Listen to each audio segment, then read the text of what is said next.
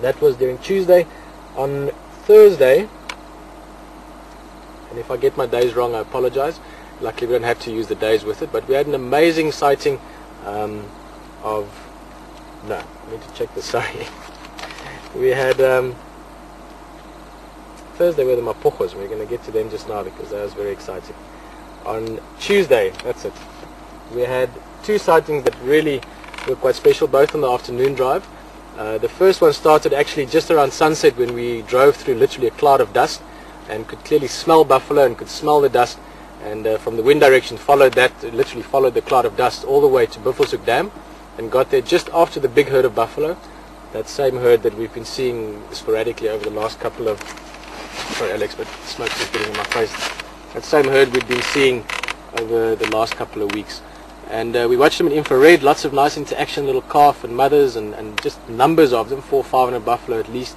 But what was really, I think which part really jumped out at us was a couple of the bulls drinking on the other side of the water, and with the infrared light reflecting across the water and just creating the wavy pattern or screening the waves onto the wall behind the buffalo with the shadow of the buffalo in front was really an image that I think will stick with me probably forever, maybe, if we can remember all these things. And on the way back from that sighting, literally 5 minutes before the end of drive, we were just about to turn off Buffelshoek boundary, and Marco spotted that young leopard female. Brilliant spot, she was right there, and we followed her for 5-7 minutes before she disappeared into the bush. But it is one of the aspects of being live that's really exciting. It's just that surprise, that's sort of spontaneous joy almost when suddenly there's a leopard and you can follow it. I'm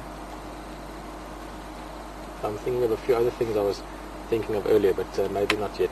Then on Thursday, actually no, before we get to Thursday, because Thursday was a really big highlight, the Mapojos, and we're going to talk more about them now. It's something we all hold dear to our hearts in some or another way. But before we get to that, I was thinking about it earlier, just when I was running through these highlights in my own mind, that it's amazing how many interesting things we actually see. Every day, literally every day, whether it's a bateleur or a mongoose or an elephant or a bush baby or maybe just a beautiful sunrise or sunset or the sickle moon that's busy setting. You see beautiful things every day. Because it's live, we all share that experience, and this is partly what is very exciting, but it's also easy to forget some of them. And this is why I think these highlights are very exciting, because it's going to be little, almost like little summarized diary events of all the amazing things we see out here. So without waiting too long, Thursday morning was a very big surprise. Already we had lions on Sunday, and then to see the Mapojos again was absolutely amazing. They are lions that we all love or hate, or maybe love and hate, but certainly we feel some kind of emotion when we see them. Some of that emotion may be very primal when we see them as well, just looking into their eyes. But a great surprise, Mapojos on a buffalo kill that killed a very big dagga boy. They're still on it, as you saw earlier on the drive, and certainly we'll see some more tomorrow.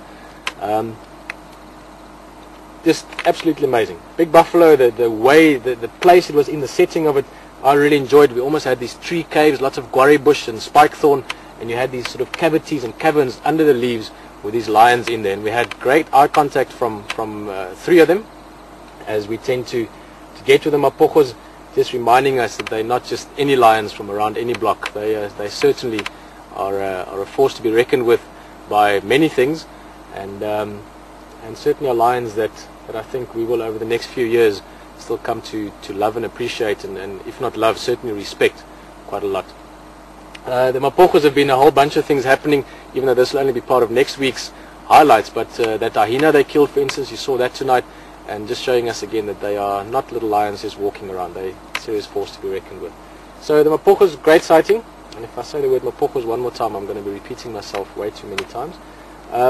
Had them again on the evening drive. Rexon was back Thursday evening, had an amazing drive, him and Jan went out with him, and they saw 4 of the big 5, starting with elephant right here at Gowrie Pan. We had elephants there earlier today as well, and then going from elephant to a crash of rhino.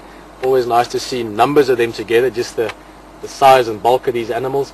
From that they went to a big herd of buffalo, literally almost driving through the herd, and ending again with these magnificent king of the beasts, the Mapojos on that buffalo carcass.